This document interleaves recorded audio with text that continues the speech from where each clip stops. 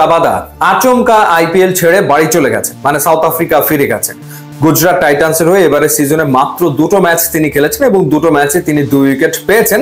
তারপর তিনি বাড়ি চলে গেছেন ব্যক্তিগত কারণ দেখিয়ে, এবং কবে নাগাদ তিনি আবার ফিরবেন সেটা আসলে অনিশ্চিত এক বিষয়। তো তিনি যদি আর না ফেরেন সেই ক্ষেত্রে আসলে গুজরাট টাইটান্সকে রিপ্লেসমেন্ট খুঁজতেই হবে, এবং সেটা আসলে খুব দ্রুত, কারণ প্লেইং 11-এ কাগিসো রাবাদা আসলে নিয়মিত ছিলেন। সেই ক্ষেত্রে কয়েকটা নাম নিয়ে আলোচনা হচ্ছে, সেই নামগুলো নিয়ে কথা বলতে চাই।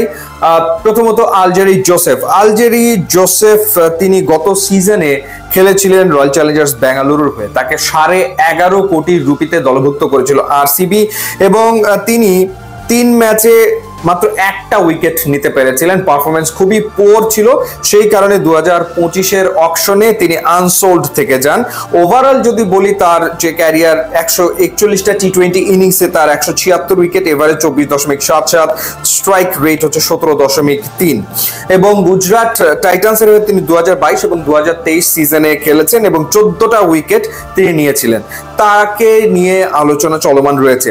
আরেকটা নাম হচ্ছে নাভিনুল হক আনসোল্ড ছিলেন 2025 অকশনে, এবং নাভিনুল হক কিন্তু লখনৌ সুপার জায়ান্টসের হয়ে তিনি 25 উইকেট নিয়েছেন 17 ইনিংসে।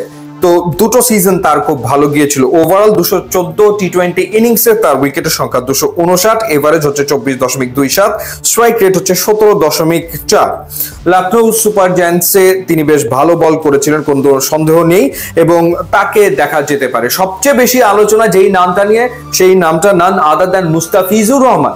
আইপিএল শুরুর আগেই আমরা মুস্তাফিজের নামটা শুনছিলাম যে কলকাতা নাইট রাইডার্স মুস্তাফিজের ব্যাপারে বেশ আগ্রহী, সেই আলোচনা চলমান আসলে ছিল।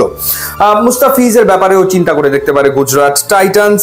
তিনি আইপিএল 2024 সিজনে চেন্নাই সুপার কিংসের হয়ে 9 ম্যাচ খেলেছিলেন মাত্র, এবং 9 ম্যাচে তিনি উইকেট নিয়েছিলেন 14টা। ট্রেমেন্ডাস পারফরমেন্স তিনি করেছেন, কোনো সন্দেহ নাই।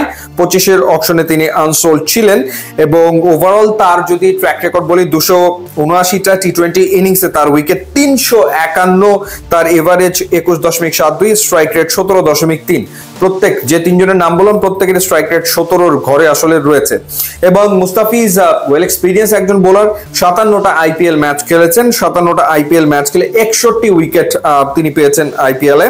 এবং 2024 ইন্টারন্যাশনাল সার্কিটেও মুস্তাফিজের ভালোই গেছে, বেশ ভালো তিনি করেছেন। 18টা টি20 ইনিংসে বল করে 27 উইকেট নিয়েছেন মুস্তাফিজুর রহমান, এবং সেই কারণে মুস্তাফিজের নামটা ঘুরে ফিরে আবারও আলোচনায় আসলে রয়েছে। এবং 2-1 দিনের ভেতরে যদি মুস্তাফিজের সাথে গুজরাট টাইটান্সের পক্ষ থেকে যোগাযোগ করা হয়, অবাক হওয়ার আসলে কোনো কিছু থাকবে না। এছাড়া জশ টুটল এই নামটা নিয়েও আসলে আলোচনা রয়েছে। সো দ্রুত সিদ্ধান্ত নিতে হবে গুজরাট টাইটান্সকে, বিকজ তাদের এমন একজন বোলারের প্রয়োজন পড়বে যে আসলে ডেফিনেটলি ডেথ ওভারে খুব ভালো বল করতে পারে এবং নতুন বলেও কার্যকর। তো সেই বিবেচনায় মুস্তাফিজ আমার মনে হয় বাকি নামগুলোর থেকে এগিয়ে থাকবে। এখন দেখা যাক, সময় বলে দেবে কি হয়। ইউটিউব এবং ইনস্টাগ্রাম লিঙ্ক দেওয়া আছে, আপনারা যোগ দিলে